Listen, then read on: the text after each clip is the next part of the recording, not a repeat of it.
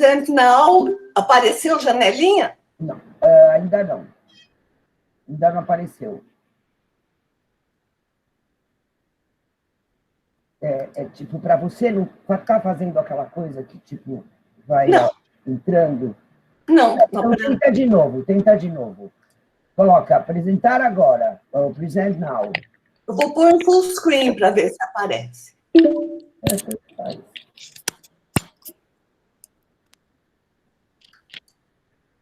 Pede permissão. Aonde que eu ponho permissão? Lá ele vai te perguntar, você quer uma janela, 2 janelas, escolhe o que você quer e ele já vai... Não tem que estar present now, entire screen ou window? Coloca o window. O window você vai ficar de um lado e do outro lado vai ficar a tua apresentação. E se você colocar entire screen, vai entrar tudo. Escolhe o que você quiser. E você achar mais confortável para você.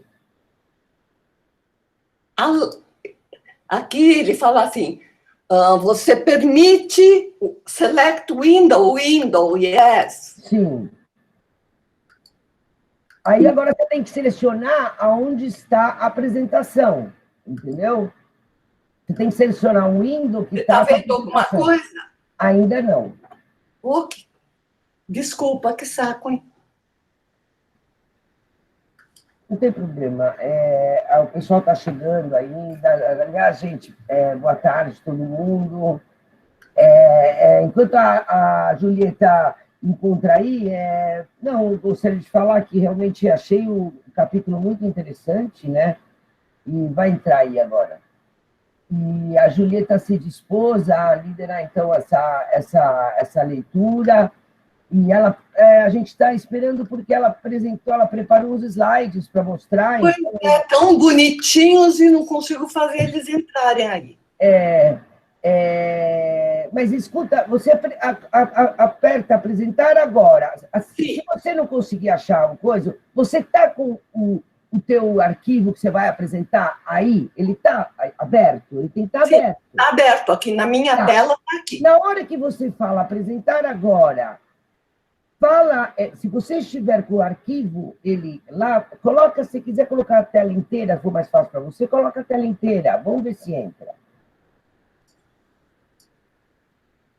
Se não, você já te falei, você tem que escolher a tela onde está, quando a gente faz, ele pede para escolher, você tem que escolher onde está o arquivo, é isso.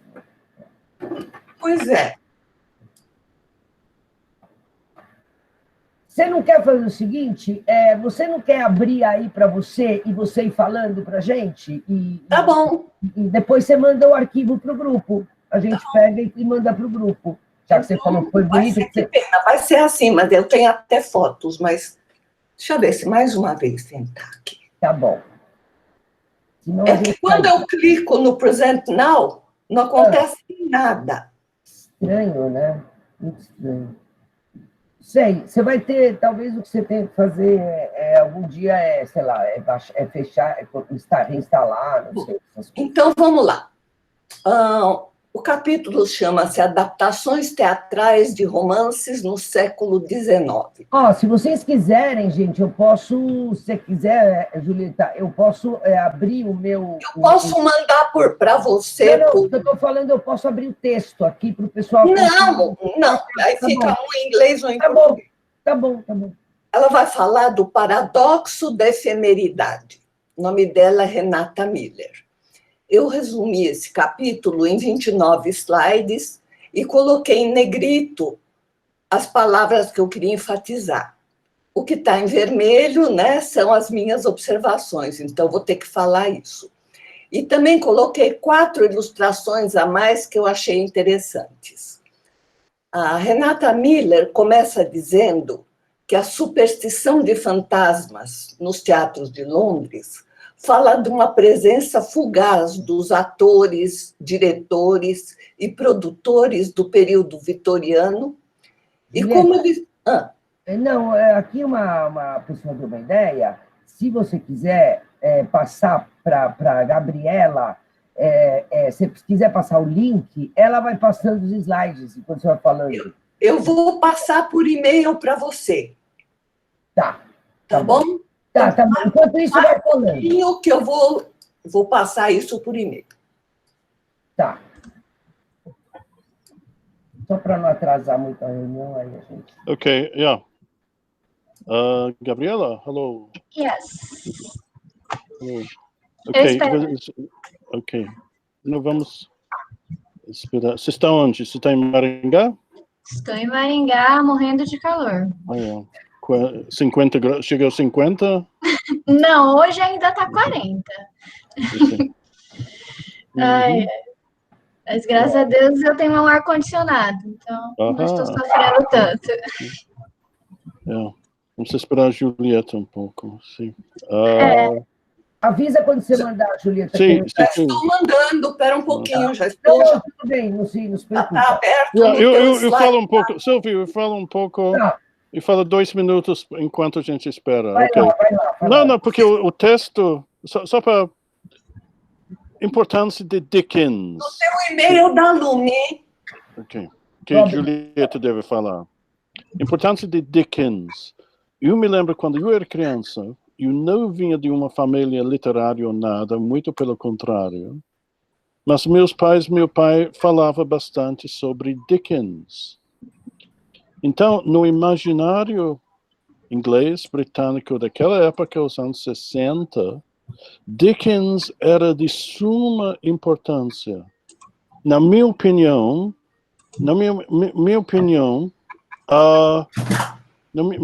mais importante do que Shakespeare.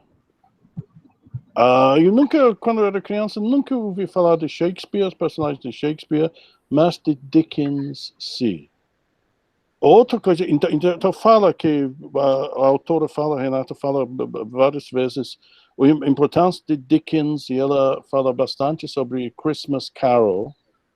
Foi Dickens que quase era o inventor do Natal como conhecemos hoje em dia.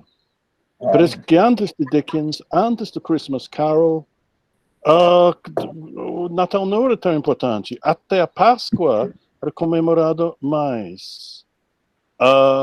E Dickens, com tudo isso de Scrooge, de Christmas Carol, que finalmente consegue comemorar Natal com, acho que não me lembro se foi ganso ou pato, era de quase Dickens como inventor de Natal, como conhecemos hoje em dia. E as cenas literárias, no meu imaginário, como criança, eram de Christmas Carol e também de Oliver Twist. Please, sir, may I have more? O menino quer mais comida na Inglaterra, naquela época. Quando eu cresci, o racionamento da guerra acabou de terminar e comida ainda era uma coisa de enorme valor. Então, Dickens era uma figura de enorme importância, que eu acho que depois dos anos 60, 70 caiu bastante. Julieta, está pronta? Eu já mandei. Eu não recebi, Julieta. Acabei de mandar um, não sei, tá, sei lá, tá lento. Eu mandei no teu e-mail do Alume, e aqui no meu tá mandado, já fui verificar. Ele é pesado, né? São 29. Estou esperando. Chegou ainda. Se tão pesado, não vai. Vai, porque já foi. Já foi. Tenho certeza que ele foi mesmo, né? Não, tá, não. Ok. Os mandados está mandado. Não, eu estou refreshing. Você mandou para mim, Julieta? Peraí, deixa eu olhar. Acho que chegou agora. Chegou. Ok, então, passa a palavra de novo para Julieta. O canal aqui. Chegou, Silvia? Gente. Chegou? Não chegou. Que coisa louca. Não entendo isso. Não vou chegou. Continuando, por enquanto. Continua, a hora que chegar eu entro. A hora que chegar eu entro. Então, ele vai falar que esses fantasmas continuam a assombrar o cânon literário através de uma influência cultural. E esse é o paradoxo que ela vai mostrar, né? Que a Renata vai mostrar. Aí ela fala que os estudos da adaptação, isto é, nós aqui, valorizam os trabalhos que tradicionalmente são considerados inferiores por serem secundários ou derivativos. Nos estudos de adaptação para o cinema, o filme ainda existe para o pesquisador. Entretanto, as apresentações teatrais, principalmente as anteriores ao vídeo, não deixaram material de trabalho completo, somente roteiros, prontuários, desenhos e descrições. Então, essa falta de representação material, no período vitoriano, foi apagado da memória cultural. Isso ela diz nos estudos da adaptação, mas ela vai mostrar que não é isso. Por isso, o estudo dessas adaptações e qual foi a sua influência cultural é diferente. Estudar as adaptações para o palco da era vitoriana é estudar trabalhos que desapareceram, mas cuja influência permanece. Aí eu pus uma parte em vermelho. A era vitoriana era um período marcado por costumes rígidos, moralismo social e sexual, fundamentalismo religioso e exploração capitalista. Nesse período, o palco era uma forma popular de divertimento que alimentava o gosto das classes operárias. E isso foi central na sua desvalorização. Nada, Silvia? Silvia? Para mostrar isso. Não, eu sei, chegou, e eu estou tentando baixar, e ele baixa, mas ele fala, falha na verificação, não sei o que lá. Você não quer me mandar em PDF? Mas é que aí ia te complicar, que você ia ter que fazer isso. Tudo bem, vai indo, e depois você manda em PDF. Eu estou no slide 3. Tá ótimo. Renata Miller traz vários relatos e artigos da época. Eu não coloquei todos. Começa com Dickens, 1850, em que ele descreve um teatro cheio de espectadores de classe operária. E discute o gosto teatral de um tal de Joe Welks, que é um homem comum fictício, para expor a dependência do palco de um público que não lê. Aí ele tem uma frase muito interessante. Em vez de viver para agradar o Mr. Welks, eles precisam agradar Mr. Welks para viver. Aí ela diz assim, o drama inglês elisabetano mais alto declinou porque era pesadamente taxado, desassistido pelo Estado, desertado pela classe privilegiada e não reconhecido como meio de instrução pública.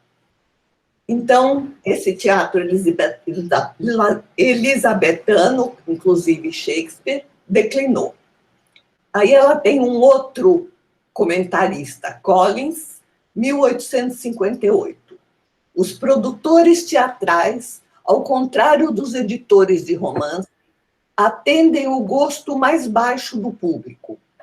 O aumento de poder aquisitivo da população, a conexão de trem entre Londres e o interior, permitiu compensar em quantidade o que estava se perdendo em qualidade. Eles podem mostrar o lixo que quiserem, que as bocas não questionantes se abrem e engolem. Então, vocês viram, o que está acontecendo é que era um público mais educado, foi sendo substituído aqui no período vitoriano por um público operário que engolia qualquer coisa. William Archer, 1892, diz: por que na Inglaterra moderna deles, né, poucos romancistas são conhecidos como escritores para o palco? Ele responde: a resposta é a diferença qualitativa entre o público leitor e o público do teatro. Outro comentarista daquela época, Gissing. O drama atuado é essencialmente um entretenimento popular. Autor e ator vivem do aplauso do povo. Quando o drama floresceu na Inglaterra, o século XVI e XVII, O público pagante era o público intelectual.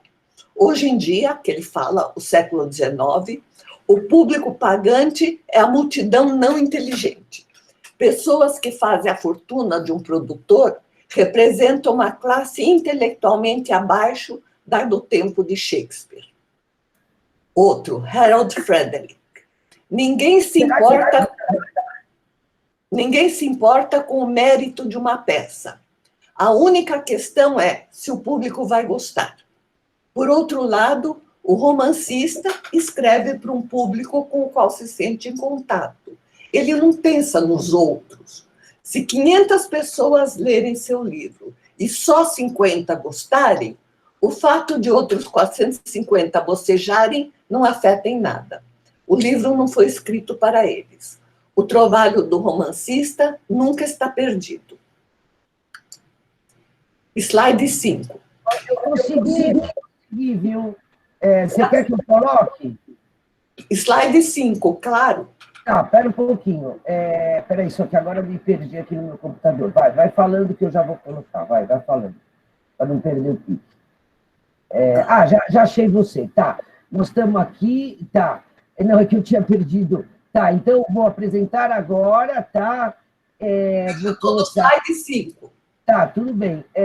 Uma guia do Chrome, porque está aqui no Chrome. Está aqui, cadê, gente?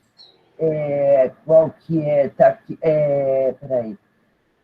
Tira o som que eu vou continuando. Vai lá. Vai falando que eu vou colocar. Bom, esse comentarista continua dizendo, ele falou que se 500 pessoas lerem e 450 bocejarem, não importa.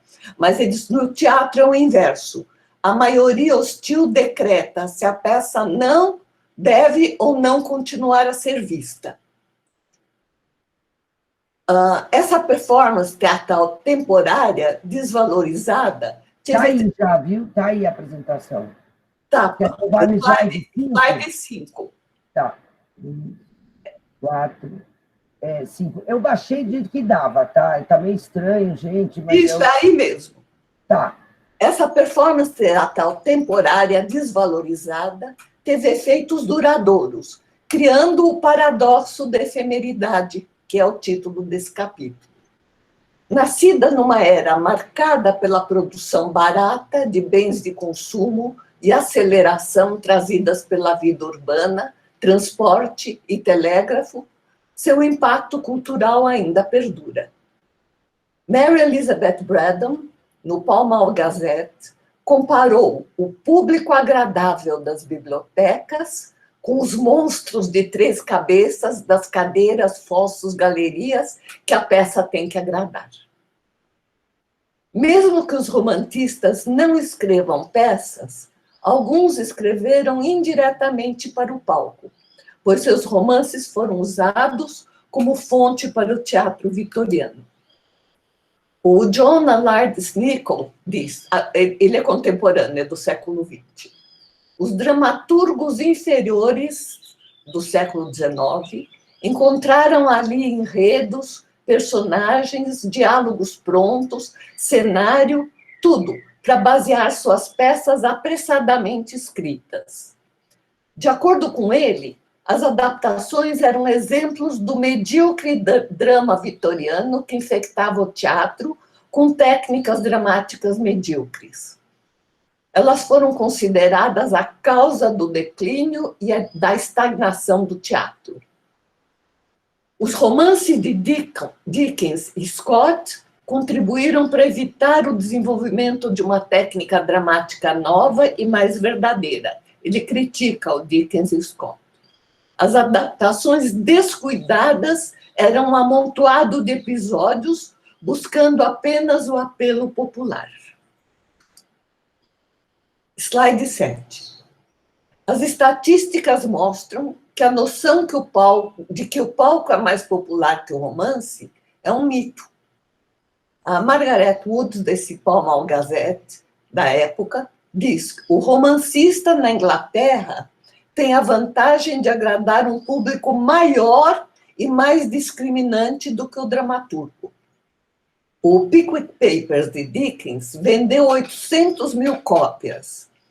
A Cabana do Pai Tomás, de Brechertal, vendeu 1.500.000 no Império Britânico, só no primeiro ano.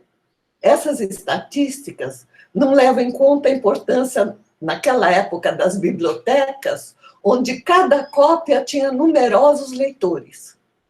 Em contraste, um teatro com 1.000 lugares, que era considerado grande, e uma temporada de 100 noites, significa apenas 100.000 pessoas. É chamada Além dos 100.000 do Archer. No século XXI, isso já é diferente, parece absurdo, pois um best-seller pode atingir apenas 1 milhão de leitores e uma peça da Broadway será vista por até 8 milhões e um filme ou uma adaptação de TV vai ter um público ainda maior. Slide 8. As peças teatrais permitem que a história original alcance um público diferente do público leitor. Um caso de adaptação ao contrário aqui, do teatro para livro, porque ela está falando até aqui da adaptação de livro para teatro. É a peça Masks and Faces, do Charles Reade, que foi adaptado para romance Peg Woffington, porque ele amava essa heroína e desejava torná-la conhecida de pessoas que não frequentam teatros.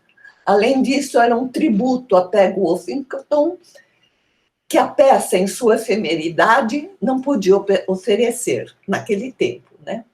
Agora ela vai introduzir o termo culture text. O culture text é um termo de Paul Davies, que é um texto tão penetrado no imaginário popular. Adorei isso, adorei. Eu adorei esse termo, adorei. Que ele é reconhecido coletivamente até por pessoas que nunca o leram. Por exemplo, as leituras e referências a Christmas Carol tornaram ele um culture text. Muita gente nunca leu o conto, mas sabe do que se trata. A emergência de um culture text cria um público renovado do texto-fonte. E a prática vitoriana de adaptar romances para o palco foi o elemento-chave na criação do culture text. Slide 9. Slide 9. Paul Davies... Já sei, não, é que eu ia tirar uma foto dos participantes e aí no dois slide. Tá, Paul Davies, né, esse que criou o termo culture text, diz que A Christmas Carol pode ser visto como tendo dois textos, um que Dickens escreveu em 1843 e um que lembramos coletivamente. Assim, quando um romance é adaptado para o palco, a sua produção encoraja a formação de um culture text, começando um processo que vai ajudar posteriormente quando essa produção estiver esquecida. Eu acho que esse parágrafo é o mais significativo desse capítulo, porque ela vai falar como essas produções do século XIX, que eram romances adaptados para o teatro, formaram os culture texts, mesmo quando essas produções já foram há muito tempo esquecidas e não tem nenhum documento visual deles, só coisas escritas, né? Além do público maior, existem outros aspectos da produção teatral, né, da época, que ajudaram a perpetuar o texto e que contribuem para o culture text. O repertório, a associação de papéis a atores e também o modo novo como os personagens do romance original foram inseridos. Ela vai mostrar isso depois a seguir. O período vitoriano foi marcado por 2 romances que foram adaptados para o palco e atingiram o status de culture text, e continuam a viver em adaptações para o cinema e teatro até hoje. 10. Nicholas Nickleby e O Strange Case of Dr. Jekyll and Mr. Hyde foram dramatizados durante e logo depois de suas publicações. Alguns deles ainda não tinham sido publicados e já era teatro. E foram apresentados em múltiplas adaptações. Em ambos os casos, essas primeiras adaptações moldaram a história das subsequentes. Julieta, isso daí também me lembrou muito o que acontece hoje em dia, porque o Game of Thrones, por exemplo, os caras ele não tinha acabado de fazer a série de livros e o pessoal já atropelando, fazendo na frente, né? Eu achei incrível isso, que isso tenha acontecido no passado. Eu gostei muito, realmente, de saber isso. Pois é, e naquele tempo não tinha TV, né? Não, as pessoas em casa. Ou eles iam ao teatro para ver, ou liam. Foi o que eu falei pro Daniel. Em casa, só lendo. O Daniel colocou isso, né? Eu falei, realmente não tinha, na época da mídia deles era essa, né? Não tinha outra diversão. E outra coisa que eu queria lembrar, assim, toda hora eu lembrava, gente, a genialidade do Lefebvre, porque vocês viram que ele viu sabe, tudo isso. É isso que ele fala, né? Quer dizer, em vários momentos a pessoa fala, sobreviveu, a obra sobreviveu, a obra, né, continuou viva. E são textos que hoje nem existem mais. Olha que legal, as adaptações deixando tudo vivo, né? Eu adoro. Bom, continua, desculpa, vai lá. Então, Dickens escreveu para e sobre teatro, e sua participação em leituras públicas o levou a ter um caso com a atriz Ellen Turner. E ele disse, cada escritor de ficção, embora não adote a forma dramática, escreve para o palco. O próximo slide eu inseri, né, que é o Dickens fazendo uma leitura pública. Olha que engraçadinho, ele tem uma batuta na mão. Ai, demais! Ele acha que marcava o ritmo. Muito bom, muito bom. Nicholas Nickleby, Charles Dickens, 1838-39. Por que 38-39? Porque 38 não estava pronto e já estava no teatro. 39 foi lançado como livro. Depois corrige, porque você colocou 1939. Tá certo. Aí, A Christmas Carol é um cultural text mais forte das obras de Dickens. Entretanto, foi com Nicholas Nickleby que ele confrontou o fenômeno da adaptação para o palco. Mesmo antes do romance ser concluído, a peça de Edward Sterling estreou no Adelphi Theatre, em 4 partes. As peças naquele tempo eram em muitas partes, às vezes em vários dias. Simultaneamente, estrearam, ao mesmo tempo, a peça Nicholas Nickleby, or The Schoolmaster at Home and Aboard, no City of London Theatre, e Nicholas Nickleby and Poor Smike, or The Victim of Yorkshire School, no Strand Theatre. Agora eu mostro os 3 teatros, porque é muito interessante que o Adelphi e o Strand, eles eram no West End, e o City of London no East Side, no East End. E aí o próximo slide é o playbill do Nicholas Nickleby, do Teatro Royal Adelphi. Nossa, Julieta, parabéns, hein, pela apresentação. Você fez um super trabalho, né, de pesquisa. Naquela época, tinha um dramaturgo, Moncrief, que Dickens denunciava como sendo mais que um ladrão. Num ataque a esse Moncrief, Dickens apresenta, no livro dele, um produtor teatral que a Renata diz que é o Nicholas próprio, mas não é Mr. Crumbles, que é um produtor teatral de dentro do livro, que dizia ele dizia que tinha dramatizado 247 romances e dizendo como ele adapta.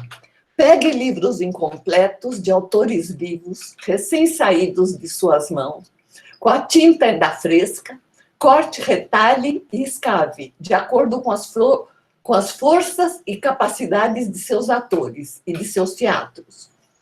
termine os trabalhos inacabados, apressada e cruamente vampirize as ideias ainda não elaboradas pelo autor, que sem dúvida lhe custaram muitos dias de pensamento e muitas noites sem dormir, compare incidentes e diálogos até a última palavra que foi escrita na noite anterior, faça o possível para antecipar sua trama, tudo isso sem sua permissão e contra sua vontade. E para coroar o procedimento, publique em algum panfleto barato um retalho de extratos distorcidos do trabalho, no qual você coloca seu nome como autor, com a honorável distinção anexa de ter perpetrado 100 outros ultrajes da mesma descrição. Isso está no livro do Dickens. Isso é ótimo. Muito bom, né? Eu também achei. Muito bom. Philip Allingham explica que o único modo de se proteger da pirataria teatral era adquirindo os direitos da apresentação no palco, adaptando sua própria obra. No entanto, Dickens estava muito ocupado com a edição de uma revista semanal, eu acho que é a Palma, e com a escrita dos seus livros, e ele então deu aprovação para um dramaturgo e sua companhia para produzir versões oficiais. Ao mesmo tempo, outras versões eram feitas e apresentadas em outros teatros. É o Sterling esse que lhe deu permissão oficial. Não, é incrível como tudo isso acontece hoje. É incrível isso, sabe? É impressionante, porque tudo isso acontece hoje. Os caras às vezes dizem, não dá, não posso, eu não vou roteirizar. Porque hoje você consegue pôr no Google e ver se foi plágio ou não. Naquele não, tempo, mas não era plágio, eu acho que eram outras adaptações. Não, outras adaptações, algumas eram outras adaptações. Eu acho que o palavreado que eles usavam, entendeu? Por isso que eu achei engraçado, vampirizando. Quer dizer, sei lá, alguém pegava a ideia dele, gostava e fazia uma versão, entendeu? Era uma adaptação para mim. Bom, vamos lá, vai. Então, os teatros Adelphi e Strand ficavam no West End. Naquele tempo, em 1841, os teatros da West End ainda não estavam em condição de excluir a comunidade operária. No entanto, eles ainda tinham um pouco de gente mais diferenciada. Mas o City of London do East End era sinônimo de pobreza e superlotação e atraía o público operário.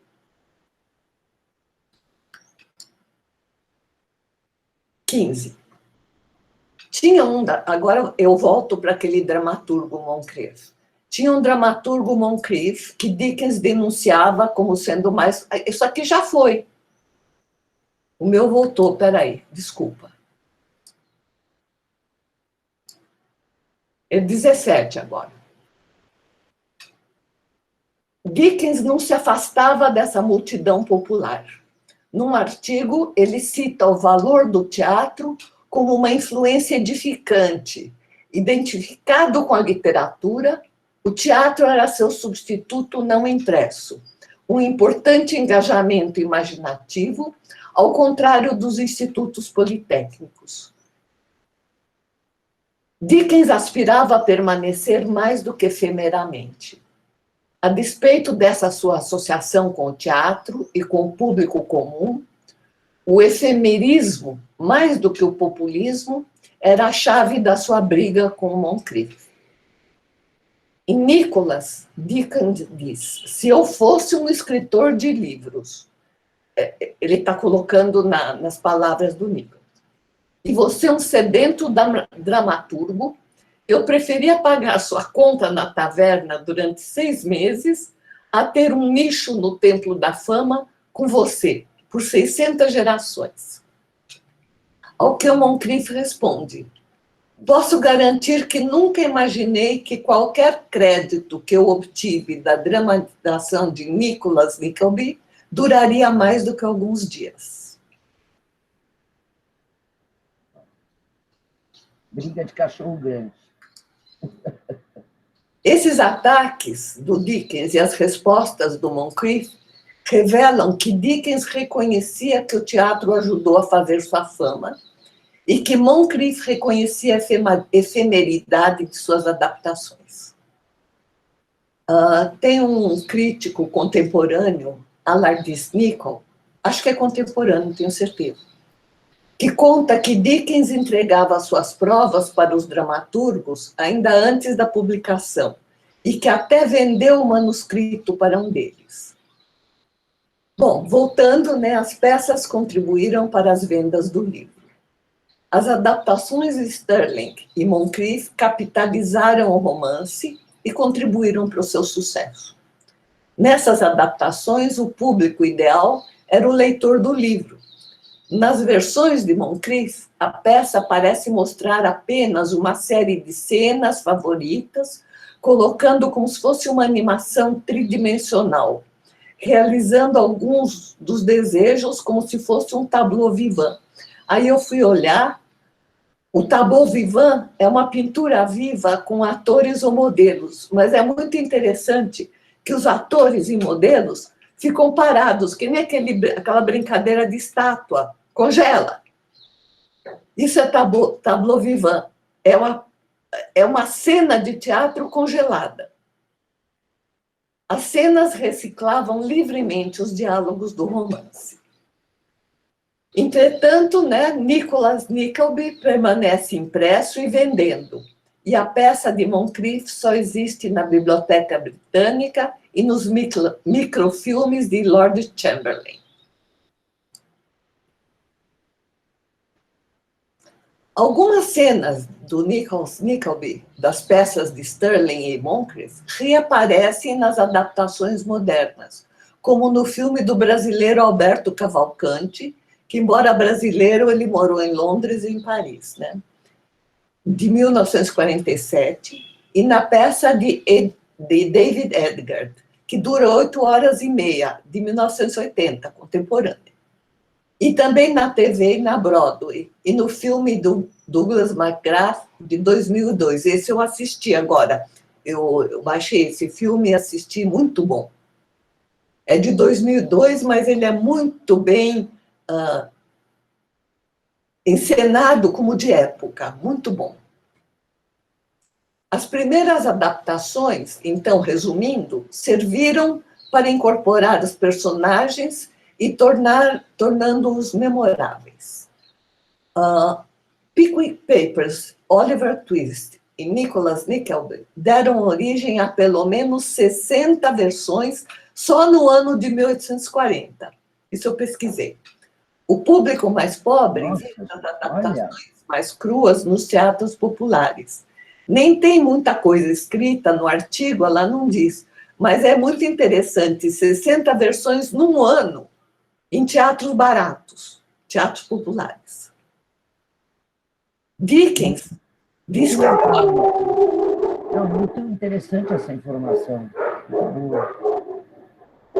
É o teu cachorro.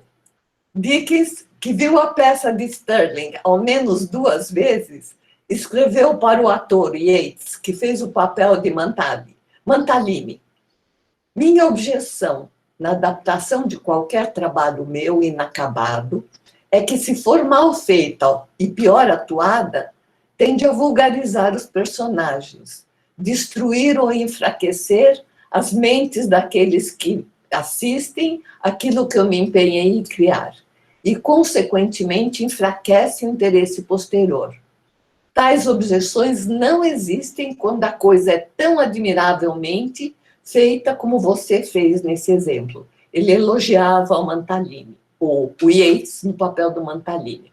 Aí eu fui procurar o papel do Mantalini, é um papel secundário, é um casalzinho lá de empregados da Kate, da menina que ele gosta. É um papel secundário, mas ele elogia esse Kate. 20. O papel de Smike foi desempenhado por Mary... que isso é muito interessante. O papel do Smike, que é homem, foi desempenhado por uma atriz feminina. Não, isso eu amei, eu adorei Muito isso. interessante. Nossa, eu não sabia, porque o contrário a gente já tinha visto. Você vai ver por quê, você vai ver agora por quê. Isso ajudou a formar o Culture Text de Nickleby, na apelação para atrair o público, porque os calções vitorianos permitiam mostrar mais as pernas do que os vestidos longos. Não, essa é demais. Então, se pusesse uma mulher de calçãozinho, apareciam as pernas dela. E o público ia lá para ver as pernas. Não, isso tem a ver com o tipo de público também, né? Assim, tipo, então, aqui ia para ver as pernas, né? Então, isso se tornou central na ação como o único papel travesti, permitindo uma maior tensão e atração sexual no palco entre Nicholas e o Smike, porque se o Nicholas fosse homem e o Smike fosse um ator homem, eles não podiam se abraçar no palco. Perfeito, né? Tendo uma atriz mulher, o público aceitava, o público vitoriano aceitava que eles se abraçassem. Muito bonito, né? A devoção de Smike por Nicholas é transferida para um amor romântico, mas não verbalizado, por sua irmã Kate, que ama outro. Smike, então, fica doente e morre. Mas no romance, a relação entre Nicholas e Smike é muito não digo sexual, mas ele chama de homossocial. Nessas adaptações teatrais, a relação homem-homem fica mais aceitável, elencando uma mulher para o papel de Smike, diminuindo as implicações de intimidade homoerótica pelo par heterossexual no elenco. Não é ótimo isso? Isso é genial, é genial. Olha que bonitinho. Os dois se abraçando, que não podia, na época vitoriana, se fossem dois homens. Esse livro aí é o roteiro mesmo da peça teatral, com todos os diálogos. Bom, Nicholas Nickleby apareceu muitas vezes em novas adaptações durante o século XIX, sempre com Smike interpretado por uma mulher. Em 1875, no Gaiety Theatre, Nellie Farren, no papel de Smike, atraiu o elogio daquela primeira Keeley, que tinha dado origem ao papel com calções.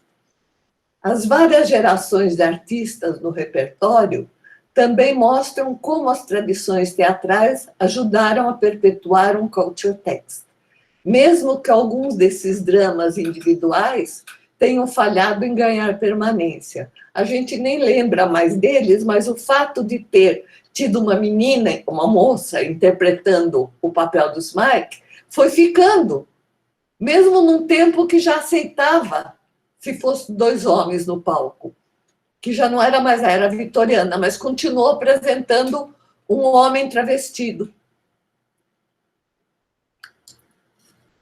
Agora, termina a parte do Nicholas Nickleby e começa o texto do Jekyll and Hyde. Culture text eclipsando o texto, no caso de Jekyll and Hyde. Ele vai mostrar como as adaptações se tornaram muito mais importantes nesse romance do que o próprio original. O Strange Case do Dr. Jekyll and Mr. Hyde, de Stevenson, 1886, é um dos mais poderosos culture texts do período vitoriano e da história da literatura inglesa, a ponto de ter pouca semelhança com a história original. Ele assumiu centenas de formas novas no palco, cinema, TV, séries e outros. Eu cheguei a ver até história em quadrinhos. E aquele, o Hulk, lembra aquele Hulk que fica verde? O verde, né? Provavelmente é inspirado no Dr. Jekyll e Mr. Hyde, porque é muito parecido. Não, a pena que a Ana não está aqui, porque ela estudou, acho que no doutorado dela, não sei. Quem? A Ana Júlia estudou o Dr. Jekyll Ela deu uma palestra para a gente do curso e ela estudou eles. E ela falou daquele Huck, poderoso Huck? Não, eu não lembro dela ter falado do Huck, não lembro. Porque eu sempre associei, desde a primeira vez que eu... Ele lembra, né? Inclusive de várias, porque ele toma também uma coisa e se transforma. Não sei, se a gente estudar, deve ter, não sei. Você vai ver, à medida agora que for contando, você vai ver. Tá. No livro, agora é o enredo do livro. O narrador traça a relação de Utterson com seu amigo médico Jekyll e o misterioso fascínora Hyde, num ambiente formado inteiramente por homens. Outro amigo, Enfield, diz a Utterson que uma noite viu Hyde pisotear uma menina e desaparecer pela porta dos fundos do laboratório do Jekyll. E, além disso, ele suspeita do testamento de Jekyll, que, em caso de sua morte ou desaparecimento, Hyde seria o único beneficiário. O mordomo de Jekyll, então, no fim do livro, arromba a porta do laboratório e encontra Hyde morrendo, vestido com as roupas do Jekyll, e duas cartas. Uma carta relata a transformação de Hyde em Jekyll, e como esse perdeu o controle de suas transformações, e a outra carta conta que começou seu experimento para se permitir prazeres sem restrições sociais, enquanto mantinha sua reputação ilibada. Quer dizer, esses experimentos, no fundo, era o desejo do Dr. Jekyll de se permitir prazeres que ele, na sua reputação de médico, não podia se permitir. A primeira adaptação do romance foi encenada em Londres logo depois da sua publicação. E antes disso, fez uma turnê nos Estados Unidos, com Richard Mansfield no papel de Jekyll and Hyde. A peça de Sullivan se diz a única versão autorizada. 2 dias depois, entretanto, estreou uma outra adaptação de McKinney, com um elenco de 23 pessoas no Opera Comique. E uma terceira versão que foi cancelada, porque violava os direitos autorais. Na versão de McKinney, Jekyll está apaixonado por uma moça mais jovem, filha do reverendo Howell. Esses romances foram inseridos nas peças para diminuir a relação entre homens, que o livro é muito cheio de relacionamentos e de um público só masculino. Nas peças, ele já vai introduzindo romance, né? Hyde mata o Howell e a peça sugere o vício dele como desejo sexual. Tanto a religião como o romance, porque tem um vigário, né, servem para diminuir o sentido de perversão. E é o vigário, não é Enfield, que vê Hyde pisotear a menina. A gente vai vendo como a cada uma dessas adaptações vai tendo uma modificação em cima da outra e vai cada vez menos parecer com o romance original, né? Assim como uma atriz no papel de Smike serviu para encobrir o desejo homossexual, o culture text de Jekyll and Hyde transformou as relações homossociais em desejo heterossexual ou heterossexual.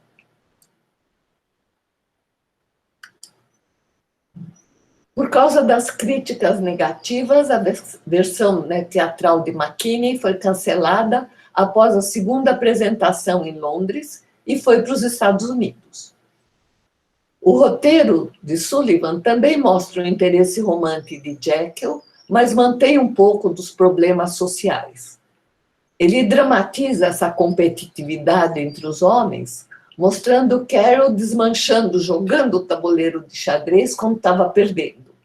E mantém Enfield vagando pelas ruas à noite, depois de uma aventura, coisa que as versões mais puritanas não tinham. Quer dizer, não tinha tanto relacionamento entre os homens, nem social. E não tinha ele vagando pela noite depois de uma aventura. Essa versão do Sullivan emprega muitas frases do livro e tem um trocadilho. Lennon é um hidebound pedant e tem crossroads. Eu fui procurar. O hidebound pedant é porque é preconceituoso e condena a ética dos seus experimentos. O Jekyll chama o Lennon de hidebound porque ele não mostra o seu preconceito. E o nome hide é parecido com hide, esconder, aquilo que queremos esconder dos outros. E crossroads é a intersecção entre consciente e inconsciente. Ele chama de rivalidade edípica. Então, se a gente for analisar o mito do Édipo, vai ver que tem uma rivalidade entre pai e filho, entre dois homens, consciente e inconsciente. Então, na peça do Sullivan, isso daí aparece. Você deve ter adorado essa parte. Gente, para quem não sabe, a nossa amiga é psicanalista. Gostei então, mesmo. Você deve ter... Quando eu li, eu falei, ai... Por isso que eu fui pesquisar, né? O que é hidebound, né? E o que é o crossroads de rivalidade edípica. Eu fui lá ver o que era. Vamos lá, vai. Entendeu como é que ficou? O Jekyll, na peça, chama o Lennon de hidebound. Quer dizer, que esconde os seus preconceitos. E Hyde, do Mr. Hyde, ele diz que é o que nós queremos esconder dos outros. No livro não está escrito, mas está sugerido que o Dr. Jekyll tinha umas coisas que ele queria esconder e queria atuar que não podia porque ele era um médico conceituado. Bom, então, Stevenson, o autor, escreveu para o Sullivan: estou certo que Jekyll estará em boas mãos e não tenho dúvidas que o risco me fará bem. Ele parecia saber da força da adaptação dramática na duração da história e como ela iria moldar a sua sobrevida. Então, a peça me fará bem. Ele, escritor, considera que a peça vai fazer bem para o seu livro. A peça do Sullivan dá ao jovem Jekyll uma noiva. O Jekyll não era um jovem, mas na peça ele é jovem e tem uma noiva, filha de Carroll. E elimina Guest, o empregado do Utterson, eliminando a intimidade entre os homens e removendo a sugestão de homossexualismo, implícita em relação às transgressões de Hyde. Introduz um inspetor, o inspetor Newcomen, que simboliza a ordem e o controle social. E assim o Sullivan convencionalizou a história no período vitoriano, né? O New York Times, eu acho que é o New York Times daquela época, viu? Diz: a peça não precisa ser descrita, todo mundo leu o livro. É inevitável que muito da qualidade à la Gautier de Stevenson se perca. Aí fui olhar o que essa qualidade é la Gautier. Gautier e Baudelaire pertencem ao movimento French Decadence, de romances góticos. Então, a qualidade de romance gótico do Stevenson se perde nas peças. As adições de heterossexualidade do enredo eram típicas das adaptações para o palco na época. E as versões posteriores mantêm a introdução de uma filha de Carroll como interesse romântico de Jekyll. Olha, a gente acha que a gente está vivendo uma época mais liberal, mas continuam as nossas adaptações contemporâneas mostrando interesse romântico heterossexual, tem um inspetor. Eu estava vendo as adaptações contemporâneas, elas estão muito mais para as adaptações teatrais do período vitoriano do que para uma época que é considerada pós-Freud, né, de mais liberalidade, de mais liberdade sexual. Mas será que isso não foi justamente por ele ter cristalizado desse jeito? Não entendi. Será que não é, talvez, também por ter se cristalizado desse jeito? Pois é, mas ninguém vai pesquisar o original, todo mundo ele é super curto. Mais adiante. É um é adaptado do outro, que é adaptado do outro, que é adaptado do outro. Aquela história sem fio, né? Que depois chega... o telefone sem fio. Bom, vamos lá, vai ter mais 2, assim a gente pode abrir a discussão. Está acabando.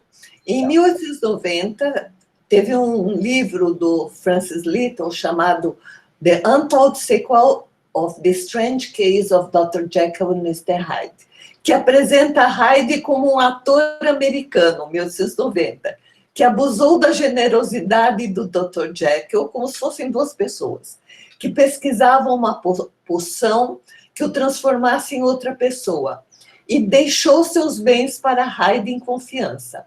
Hyde mata Jekyll e assume seu lugar. Olha, ele não é uma transformação, ele mata o Jekyll e assume seu lugar. Hyde termina viciado em ópio e incapaz de manter a carruagem de Jekyll em pé. Quer dizer, o papel de fingir que ele é o Jekyll. A Renata, aí, a autora, diz que isso pode ser uma alegoria de como o teatro mercenário ocupa o lugar do romance, embora lhe falta a nobreza do livro. Ela analisa esse filme como uma alegoria, em que esse ator de teatro ocupa o lugar do romance, do autor, né, do Dr. Jekyll, e não consegue manter a nobreza, então ele vira um viciado. Teve um outro drama, né, de Luella Thorpe e George Fish, que a Renata Miller não coloca os autores, mas são eles. Apresentada na Filadélfia, e que pode ter sido o elo com o filme mudo Jekyll and Hyde, de 1908. Ela considera que é muito parecido, né? E esse filme mudo mantém a história de mistério e o inspetor Newcomen. E cheio de romance, mostra o vício de Jekyll como sendo um desejo heterossexual e o vício de Hyde com sadismo. Mas eu achei o que é interessante é que esse drama da Luella e do George foi adaptado para filme mudo, de 1908. Foi, então, um dos primeiros filmes a ser feito, né? Lembra que eu apresentei sobre os filmes mudos, o começo do cinema? Que isso, na verdade, é tudo adaptação, né? A maioria dos filmes são todos adaptação. Só uma coisa, Julieta, assim que você acabar, entra no chat, porque tem vários comentários de coisa que você está falando, e assim, o Daniel acabou de falar, nossa, eu estou aqui igual louco falando com ela, mas ela não está lendo. Eu falei, não, depois que acabar ela vai ler. Eu estou vendo o Daniel aqui, tá?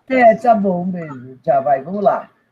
Teve uma das peças, já do século XX, que até deu a Jekyll uma esposa.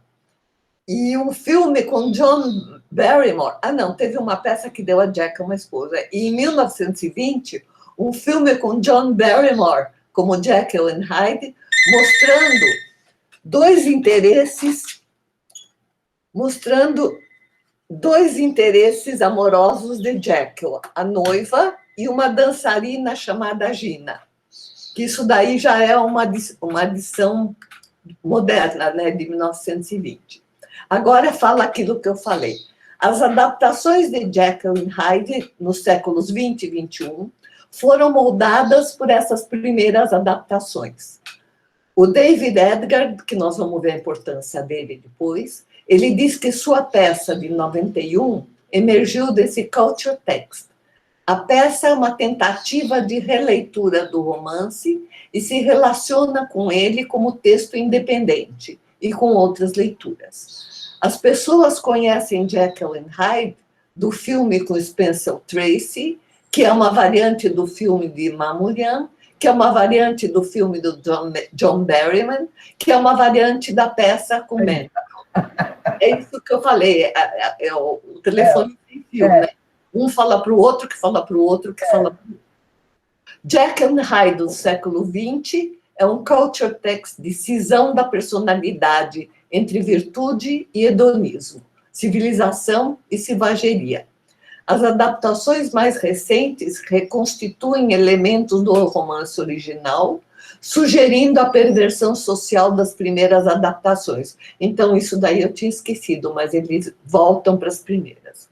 O musical da Broadway mostra até um bispo como cliente de um bordel, mas mantém a noiva prostituta dos filmes de Mamoulian e Fleming, e o aspecto heterossexual das primeiras adaptações. O filme de 1995, Dr. Jekyll and Miss Hyde, olha, Miss Hyde é uma mulher, é uma comédia em que o químico Richard Jacques, que é o Jekyll, trabalha na companhia homenagem, e encontra nas coisas do seu bisavô uma edição autografada do livro de Stevenson. Isso sugere que o original Jekyll and Hyde é um ancestral das representações contemporâneas. Ele se transforma numa linda mulher de negócios, Ellen Hyde. Esse daí eu achei assim, o mais diferente, né? E terminando, os livros Nicholas Nickleby e Jekyll and Hyde permanecem populares por causa dos culture text. Eles ainda existem para aqueles que quiserem ler. As primeiras adaptações vitorianas para o palco, ao contrário, são de difícil acesso, esgotadas e não mais apresentadas. Elas iniciaram uma tradição de reinterpretação sem popularizá-las na sua época, mas perpetuando-as. Desse modo, a efêmera representação teatral exerce um importante grau de controle sobre a consciência coletiva, frequentemente não reconhecido. Quem fala isso é a Renata Miller. E ela diz numa nota: devo a David Edgar a ideia de unir esses dois romances. Ele adaptou ambos para o palco e apontou numa entrevista para mim que, de muitos modos, Nickleby e Jekyll, em suas formas originais, estão, para aquela era de sucesso econômico de meados do período vitoriano, como o meu Nickleby e Jekyll estão para o período de Thatcher. Eles estão nas extremidades de um período de grande crescimento econômico e sucesso. Opa! Muito bom. Nossa, Julieta, você fez um super bom. Deixa eu parar de apresentar aqui. Espera aí. Deixa eu parar de apresentar. Parar a apresentação. Então, dá uma olhada nas perguntas. Agora estou indo. Isso. Estou indo. E, gente, está aberto aí, o pessoal pode falar aí, isso aqui não é uma aula, não é, entendeu? Vão falando aí o que vocês acharam do texto. Indo. Começa com Daniel. Daniel falou aí. Então, quando você fala de Dickens, o inventor do Natal, é de todos, né? Até hoje. Não tem uma época de Natal sem o Christmas Carol na televisão. Nos Estados Unidos, então, mais Não, e até virou já um clichê do clichê, porque, por exemplo, eu já vi muito filme, o pessoal falando, só falta você colocar o Christmas Carol, sabe? Assim, tipo... E nos países de língua inglesa não tem uma criança que não tenha ouvido o conto, a historinha, né? Alguém contar. É verdade, é verdade. Agora, eu achei a última coisa que ele fala da consciência coletiva, eu achei que, assim, tipo, é muito... Eu colocaria também a memória afetiva, que é uma coisa que a Koskinen fala, e eu estudei quando eu fiz o doutorado, dessa coisa de as adaptações que você gostou, que, sabe, que te fazem você voltar, seria a história das retraduções. Você acha que você deve ter lido alguma coisa porque você trabalhou com retradução? Pois é, Silvia, mas essa memória afetiva ela está influenciada pelo inconsciente coletivo e por esses culture textbooks. Você, quando é pequena, vai ouvindo, quando você assiste, quando alguém fala, isso vai registrando e vai ficando parte do seu acervo, né? da sua memória, mesmo que não conscientemente. Eu que não sou de língua inglesa, né? Eu ouço Christmas Carol, já penso em Natal, né? Jingle Bells. Já estou escutando a musiquinha.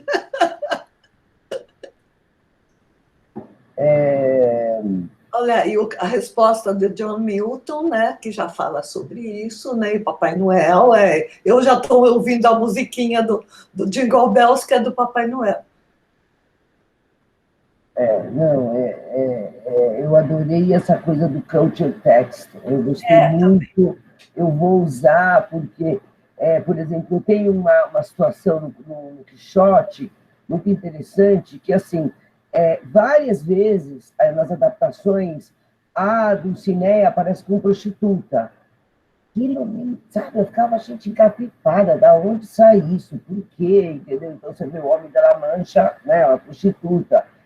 E aí depois do Homem da Mancha, então, vários textos que vêm depois copiam, quer dizer, se referem a esse. E aí, eu acho, essa minha teoria, não sei, né, essas coisas que a gente discute na academia, tem um livro que foi feito, que é o Quixote Apócrifo, o Desapócrifo, que é o do Avejaneda, que é, na verdade, uma das primeiras sequels da literatura, que é de 1614, que ele coloca a personagem que seria correspondente à Dulcinea como uma prostituta. E eu acho que vem daí. Agora, olha, né, o alcance, né? Você vê aí, ela fala... eu acho que a referência seria meio culture text mesmo, porque as pessoas, muita gente nem sabe que existe esse outro Don Quixote, entendeu? Que o Cervantes se refere no Quixote 2. Não tem muito a ver com o que nós estamos falando, mas eu recebi hoje, porque eu vou fazer a tradução de um livro chamado The Female Don Quixote. Mas esse livro é muito famoso na literatura cervantina. Pois é, eu vou traduzir. Ai, que demais! Parabéns! Que ótimo! Nossa! Recebi hoje. Nossa, você pode falar para quem que você vai fazer a tradução? Olha, é uma editora pequena, e depois eu te falo pessoalmente. Nossa, tá, eu vou adorar saber. Bom, gente, mais alguém para falar alguma coisa? Que hoje, entre arte de primeira linha e TV para a população em geral, se torna teatro por texto de TV. Daniel, eu não concordo, porque eu tenho visto tanta coisa boa na TV, principalmente agora, né, que eu estou de quarentena e sou grupo de risco. A TV a cabo tem canais maravilhosos, e eu acho que a TV até, por exemplo, as adaptações para a TV, eu vi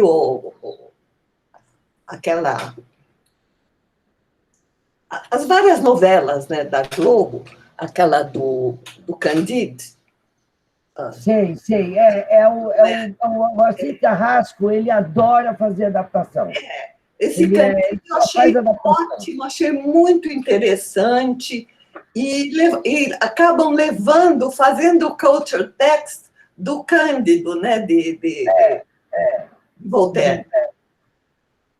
E assim, muitas outras. A Maria Adelaide Amaral faz umas adaptações maravilhosas. Agora ela está trabalhando no... alguma coisa, acho que sobre Dom Pedro. Ela me mandou um e-mail aí, que ela está trabalhando, mas a minha cabeça de velha já esqueci. Ela faz muita adaptação histórica. Então, isso é Globo. O Globo divulga para o Brasil inteiro. Então... Não, fora mas eu acho que isso é um paralelo com esse teatro vitoriano, porque apesar de ser um teatro do East End, né, ou do West End, que estava se popularizando, o teatro estava mudando, essa abrangência, esse alcançar um número cada vez maior de pessoas que tem a ver com a sociedade capitalista, com a industrialização, com a velocidade das coisas, é um paralelo parecido. É isso? A Camila está lembrando do Éramos Seis aqui. Quantas a permanência em adaptação. E, gente, fora as adaptações das plataformas, né, de streaming, que é uma loucura. É uma loucura que você tem. E tudo é adaptação, tudo é adaptação. Eu também adoro, antes de dormir, eu assisto, às vezes, no YouTube, um pouco do Alfred Hitchcock Presents. Nossa, eu adoro, né? Você olha assim, pá, novel by, tudo que... Todas as pecinhas do Alfred Hitchcock Presents, deve ter algum trabalho já sobre isso, né? Porque são todas adaptações, é muito legal. Então, tem aqui a Camila Oliveira, que o teatro é mais intelectualizado dependendo da região. Eu acho que você tem que atingir o público para quem você quer. Você não pode apresentar uma coisa muito sofisticada para um público que é menos sofisticado. Mas tem umas peças... Eu não sei, você vai pegar no Nordeste, diferente do Sudeste, claro, mas você pega aqueles autos da Compadecida e outros que trazem para nós a cultura do Nordeste, a cultura do interior, a cultura da seca, né? A vida secas e tudo. Então, existe todo esse intercâmbio, né? Eles, através da Globo, da TV, estão tendo cada vez mais acesso à cultura do Sudeste. E nós temos também mais acesso, através do teatro e da TV, à cultura do Nordeste. Mas, Julieta, você está hoje, ainda tem isso mais ainda pelas mídias sociais. Hoje em dia, entendeu? O maior youtuber do Brasil é o Whindersson Nunes, que é um menino lá de cima, entendeu? Lá do Nordeste, não sei, uma cidade super pequena, inclusive. E é incrível, o cara hoje em dia já virou ator, participa sabe, já virou um cômico contratado, ele tem série hoje em dia, entendeu? Então, a gente, nossa, tem que abrir o olho para as coisas que estão acontecendo, assim. E agora, com a pandemia, mais ainda. Eu mando de vez em quando umas coisas para o John, coloco no nosso grupo do WhatsApp, umas coisas que é incrível, assim, sabe? Mas vamos voltar para a época vitoriana, em que, em um ano, 60 apresentações no teatro. Puxa, naquele tempo, só em Londres. Fora eles estarem viajando, né? Que é muito... Eu acho que é um paralelo muito grande com o que está acontecendo hoje mesmo, proporcionalmente. Claro, e essa coisa deles viajarem, então, por exemplo, isso é super legal, tem na história do teatro, pena que o Alexandre não está aqui hoje, porque aquele livro do Denis conta um monte, eu li vários artigos, né? É lindo, do teatro, o pessoal que vinha, as companhias de teatro que viajavam, né, de ópera, e também faziam já esse intercâmbio, já, né, trazendo gente que vinha da Europa, que vinha dos Estados Unidos, né? Agora, eu não sabia que era tão precoce, porque eles estão falando de 1850, né, já, que eles fizeram essa turnê para os Estados Unidos, não é uma coisa assim? Então, a Camila e o Daniel também concordam com isso. Pensar que o teatro um dia foi entretenimento para as massas, como a TV é hoje. É legal isso.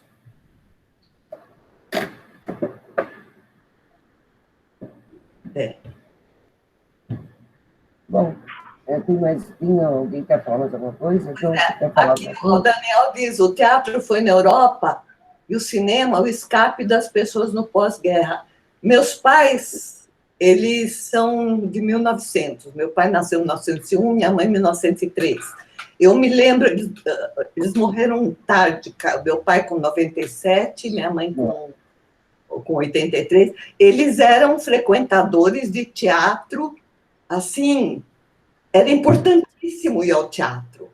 Cada peça nova, eles conheciam Marinela Costa, Cacilda Becker, Paulo Otran. Era muito importante para eles ir ao teatro. E cinema, eu me lembro também desde menina, trocava o filme uma vez por semana. Então, todo sábado eu ia no cinema, porque tinha filmes novos. Era programa, eu não tinha televisão. Era um programa que tinha, né? Eu nasci nos anos 60, mas eu vivi isso, inclusive, né, de ficar em alta. Televisão surgiu no Brasil, em São Paulo, em 1950. Está fazendo agora. Na minha casa, até 1960, até eu ter 20 anos, não tinha. Então, eu me lembro que, acho que um pouco antes, tinha até quando eu tinha uns 15, mas o Sítio do Pica-Pau Amarelo, tinha uma amiga minha que era Narizinho, e não ficou nada gravado.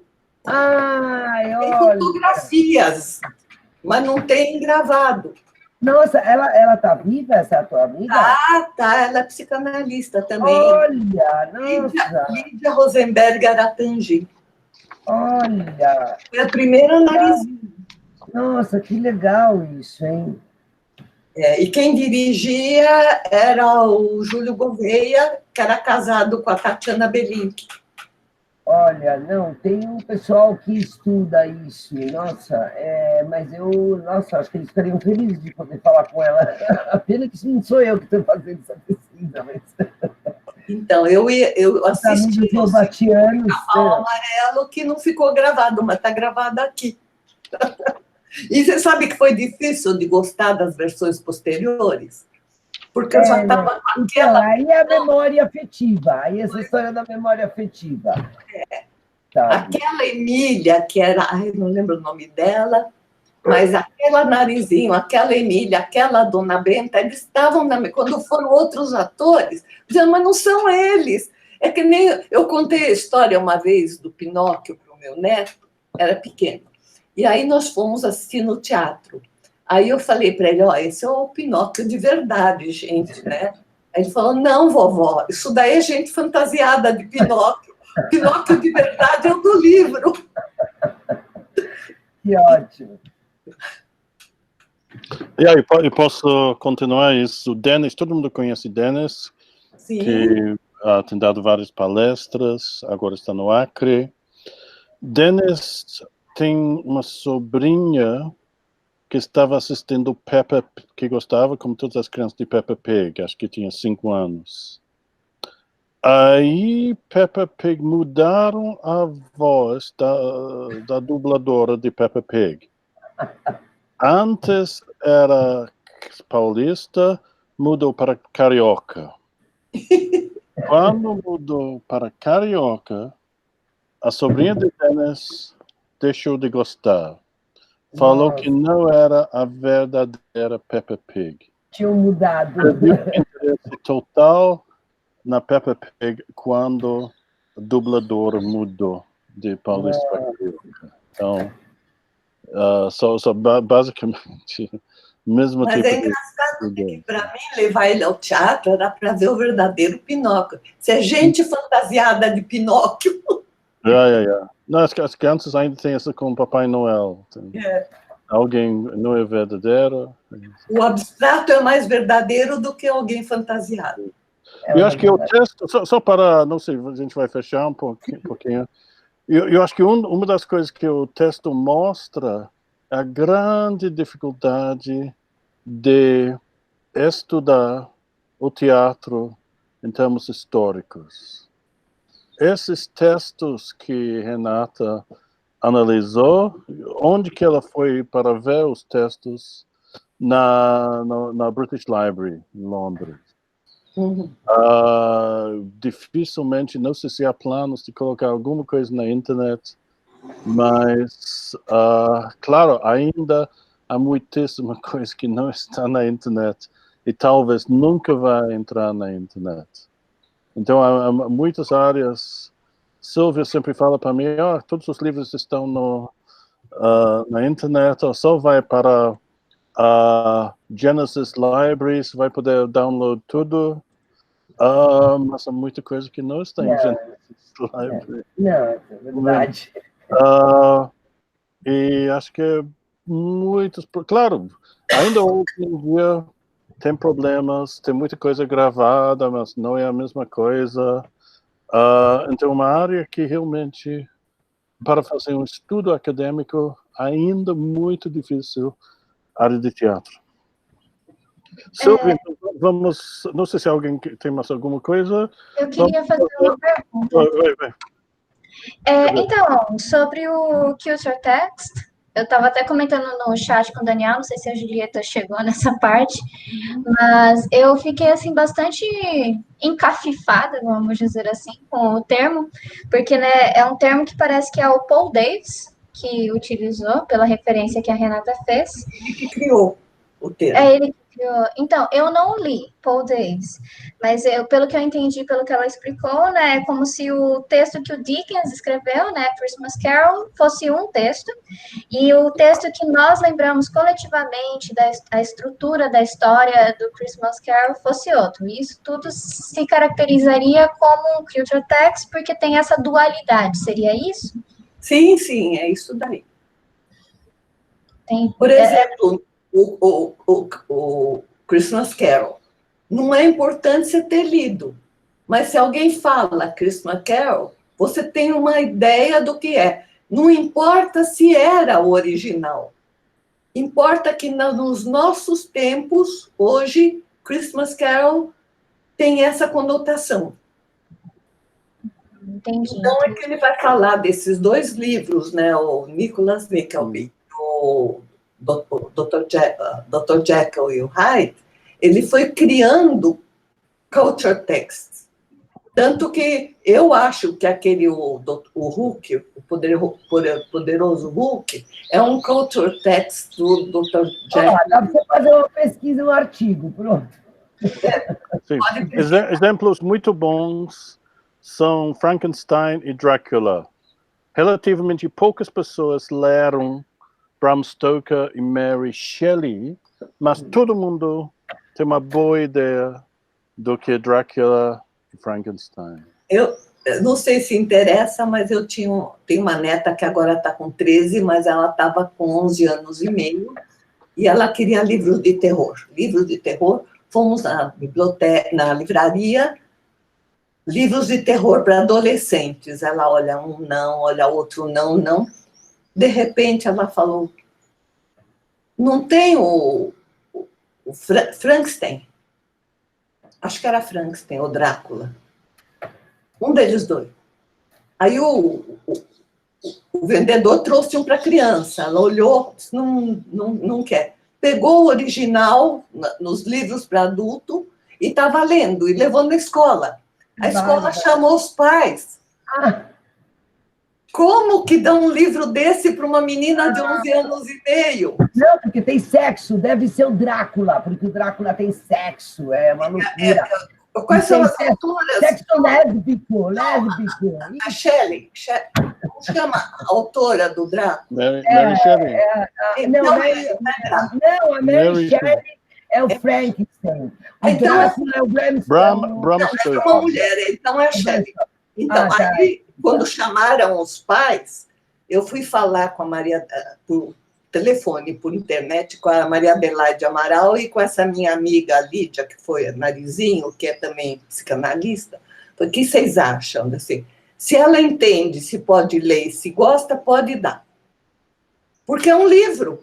Claro, e não é. É diferente de você ver filme pornô e coisas assim. É melhor, ele é ótimo. Imagina, um texto maravilhoso, um texto super fácil. Não, e uma menina que gosta de ler, chamar os pais porque ela levou o livro na escola, pegaram o livro, precisa ver.